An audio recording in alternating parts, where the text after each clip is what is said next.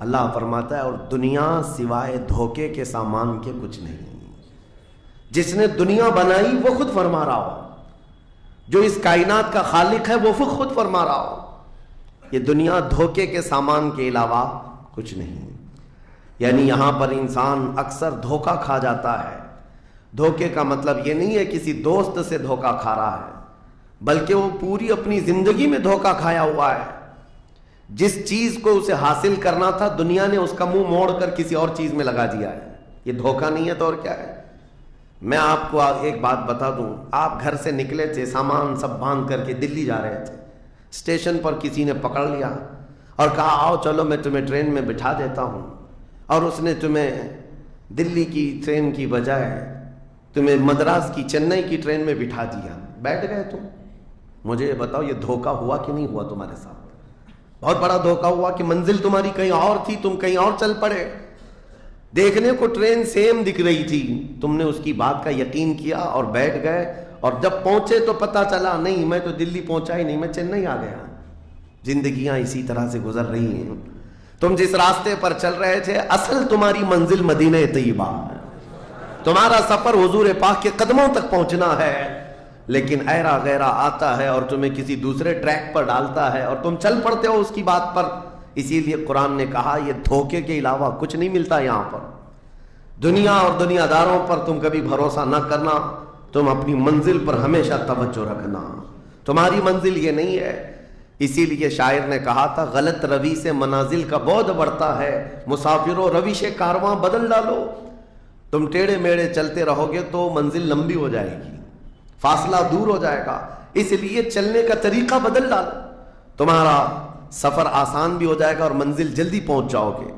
اب جو بات مجھے کہنی تھی وہ یہ ہے, زندگی جب اتنی شارٹ ہے اور آزمائش کے لیے تمہیں یہاں بھیجا گیا ہے, تو مجھے ان نوجوانوں کو دیکھ کر کے کبھی درد ہوتا ہے جو رات بھر نکڑ پر بیٹھ کر کے اپنے وقت کو ضائع کر رہے ہوتے ہیں, جن کی زندگیاں انہوں نے اپنی جوانیاں اپنے ہاتھوں سے برباد کر رکھی ہیں. تمہیں پتہ ہے ایک رات جو ہماری زندگی میں آئی, آج کا دن تم کروڑوں دولتیں لگا دو, یہ دن دوبارہ کبھی نہیں آئے گا. تمہاری زندگی میں کیا قیامت تک واپس نہیں آنا ہے اس دن کو.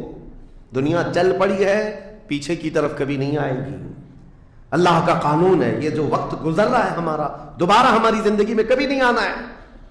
لیکن کتنے مزے سے, کتنے ٹھاٹ باٹ سے نوجوان, ہاتھ میں کچھ نہیں, آس پاس کچھ نہیں, عمل بھی کچھ نہیں, ایسے بے فکرے ہو کر کے زندگی گزارتے ہیں. تو سوچنا پڑتا ہے جس امت کو پوری دنیا آگ میں جھلسا چکی ہو, پوری دنیا اس امت کو اپنے نشانے پر رکھی ہو, اس امت کا غیور نوجوان رات بھر گیم کھیلتے ہوئے گزارتا ہے, اسے کسی چیز کا احساس نہیں. مجھے بتاؤ کیا ہماری کیفیتیں ایسی نہیں ہو گئی ہیں جیسے برائلر چکن ہوتے ہیں, فارم مرغیاں ہوتی ہیں, ان مرغیوں میں سے قصاب کسی کو بھی پکڑتا ہے کاٹتا ہے, دوسری مرغیاں تو چرنے میں مصروف رہتی ہیں, کوئی آواز نہیں ان کی. ایک مرغی کٹی, دوسری مرغی کٹی, وہ کٹتی چلی جاتی ہیں, باقی مرغیوں کو کسی چیز کا احساس نہیں. کیا یہ زندگی گزارنے کے ایسی طریقے نہیں ہو گئے آج؟ ہمیں روز اٹھنے کے بعد ایک نیوز پہنچائی جاتی ہے کہ تمہیں کاٹا گیا, تمہیں مارا گیا. نہ جانے ہم کتنی مسجدوں کے مینار گرتے ہوئے دیکھ رہے ہیں, کتنے اولیاء کاملین کے مزارات کو جلا کر خاک کرتے ہوئے دکھائے جا رہے ہیں.